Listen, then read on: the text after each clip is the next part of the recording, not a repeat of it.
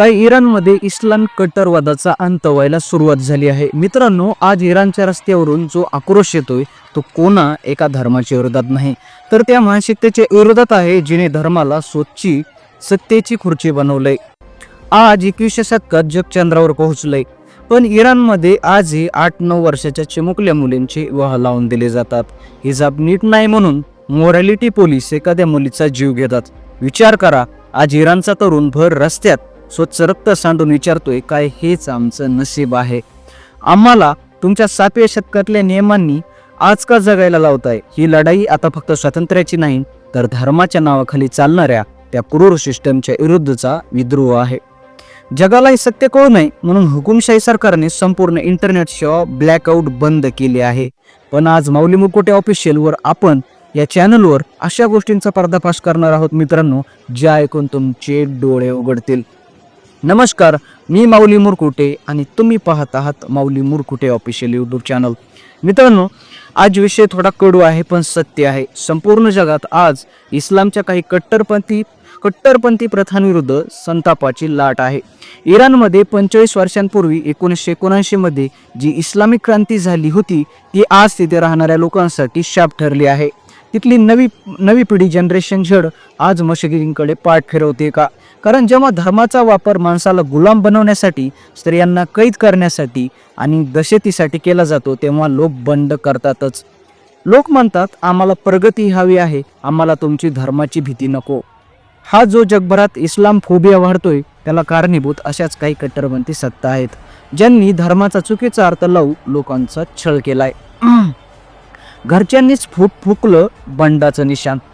मित्रांनो, आता सर्वात मोठा ट्विस्ट बघा. इराणचे सर्वोच्च नेते आयातुल्ला खामेनी, ज्यांच्या एका शब्दावर इराण चालतो, त्यांच्याच रक्ताच्या नात्याने त्यांना चॅलेंज दिले.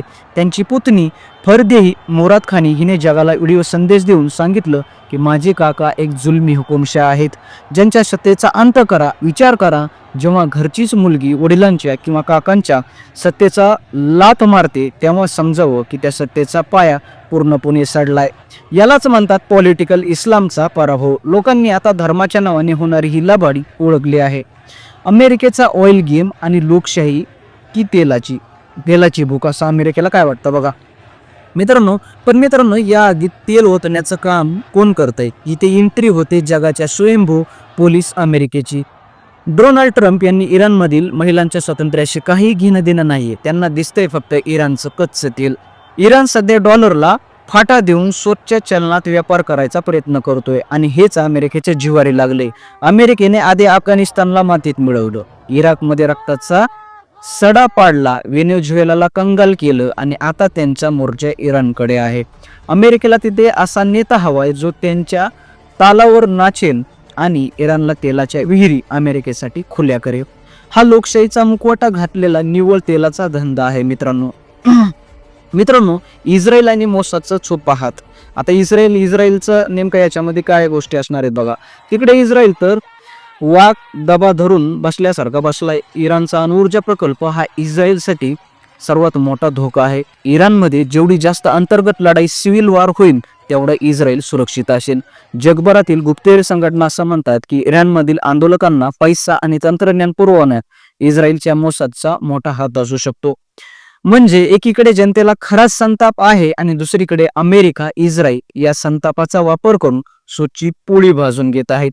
ही जगाच्या सत्तेची एक अशी बुद्धिबळाची चाल आहे जिथे सामान्य माणूस फक्त एक मोर आहे. मित्रांनो, ग्रीनलँडचा छुपा एजेंडा काय आहे? आता तुम्हाला वाटेल की ग्रीनलँड आणि इराणचा काय संबंध? मित्रांनो, हे रिसोर्स वार आहे. अमेरिकेने ग्रीनलँड विकत घेण्याची भाषा का केली होती? कारण तिथे बर्फाखाली अफाट खनिजे, ऊर्जेचे साठे आहेत. जगाला ग्रीन एनर्जीचे धडे द्यायचे आणि स्वत मात्र जगभरातल्या तेलाच्या आणि गॅसच्या पाईपलाईनवर ताबा मिळवायचा. हा अमेरिकेचा ढोंगीपणा आहे. इराणचं तेल तर ओपन मार्केटमध्ये अमेरिकेच्या ताब्यात आलं तर अमेरिका जगाचा एकमेव मालक बनेल. हाच तो मास्टर प्लॅन आहे, चुकूनही उघडपणे सांगत नाही. मित्रांनो, हे पॉइंट समजून घ्या. भारत इराणकडून तेल घेत नाही. 2029 पासून आपण काहीच तेल आयात केलेलं नाही इराणकडून. तरी आपल्याला काय धोका होऊ शकतो? पहिला एक धोका आहे मित्रांनो, पेट्रोलचे दर. स्ट्रेट ऑफ हॉर्म्यूज समुद्र धुनी मधून जगाचं 30% तेल वाहतं. तिथे युद्ध झालं तर तेलाची जागतिक भाव वाढतील आणि भारताला पेट्रोल डिझेल महाग होईल. पर्यायाने महागाई वाढेल. म्हणजे तिथूनच आपली तेलाची पाईपलाईन येते. चाबहार बंदर पाकिस्तानला शह देण्यासाठी भारताने इराणमध्ये बांधलेले हे बंदर भारतासाठी गेटवे टू सेंट्रल एशिया आहे. इराणमध्ये राडा झाला तर आपली हजारो कोटीची गुंतवणूक आणि रशियाकडे जाणारा मार्ग बंद होईल मित्रांनो. आणि धार्मिक पडसाद पण होणार आहेत. इराणमधील या विद्रोहाचे परिणाम जगभरातील मुस्लिम समुदायावर आणि त्यांच्या विचारसरणीवर पडणार आहे, ज्यावर भारतालाही लक्ष ठेवावं लागेल मित्रांनो.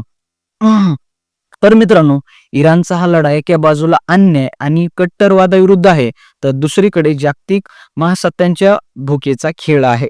सत्तेसाठी धर्माचा चुकीचा वापर देशाला विनाशाकडे नेतो, हेच आज इराणमध्ये सिद्ध होत आहे. तुम्हाला काय वाटतं? अमेरिकेचा हस्तक्षेप योग्य आहे का? आणि धर्माच्या नावाखाली चाललेला हा खेळ आता थांबायला हवा का? कमेंट्समध्ये तुमचं रोखठोक मत नक्की सांगा. माहिती जळजळीत वाटली असेल तर हा व्हिडिओ प्रत्येक भारतीयापर्यंत आणि विद्यार्थ्यापर्यंत शेअर करा मित्रांनो. अशाच सखोल विश्लेषणासाठी तुमच्या या भावाच्या चॅनलला म्हणजे माऊली मुकुट ऑफिशियल या चॅनलला सबस्क्राईब करायला विसरू नका. भेटूया पुढच्या धमाकेदार व्हिडिओमध्ये. जय हिंद, जय महाराष्ट्र. थँक्यू, धन्यवाद.